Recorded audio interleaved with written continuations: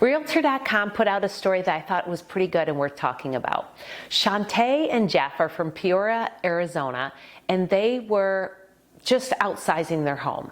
But they were in a sub 2.5% interest rate loan. So they went from 3-person household to 5, and they're literally crashing up against the walls, and they just don't have the space anymore. And they just had a real big struggle with letting their 2.5% interest rate go for a higher rate and just didn't know what to do. Many Americans are experiencing the same thing. And for the first time, according to Coldwell Banker, they did research with 700 real estate agents. They are saying that 1 in 3 are giving up their interest rate this spring and looking to put their homes on the market to have a better opportunity so that they don't feel locked in their homes.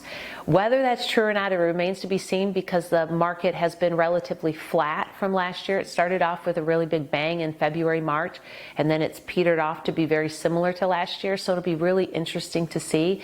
Yet clients like Shantae and Jeff out of Peoria are finding that they really want to have the home that's right for them, and sometimes that means sacrificing these interest rates. And more home buyers are looking to do that and selling off their previous houses.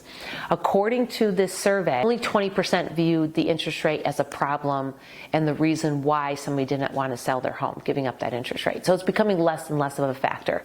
So for Shantae and her family, the moment came for them in February when interest rates dropped below 6%.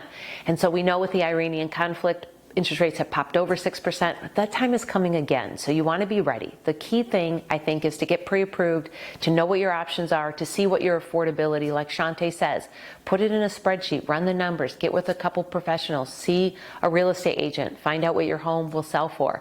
The most amazing thing is over the last 6 years, homes have appreciated on average by $126,300.